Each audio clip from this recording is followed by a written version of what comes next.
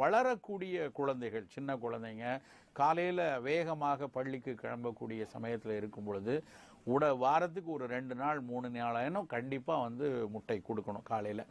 சரி, இது எப்படி கொடுக்கறது கோழி முட்டையை? சில பேர் அப்படியே பச்சை முட்டை குடித்தா நல்லா உடம்பு நல்லா வலுவாக வரும், நல்லா வந்து உடல் திடமாக வைத்து கொள்ளக்கூடிய நபர்கள் வந்து நம்ம சில பேர் நம்ம பார்த்துருக்கோம். நிறைய பேர் உடச்சி பச்சை முட்டையை குடிப்பாங்க.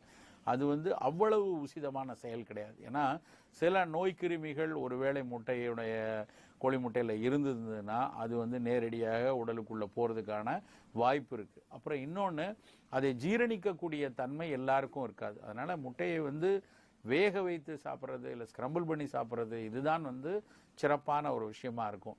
வேக வைத்த முட்டை வந்து ரெடிலி அவைலபிள் விட்டமின்ஸும் மினரலும் உள்ளது. அது வந்து ரெடியாக ரத்தத்தில் உடனடியாக கலக்கக்கூடிய தன்மையை கொண்டிருக்கும். அதனால் முட்டையை பச்சையாக எடுக்காமல் வேக வைத்து எடுக்கிறது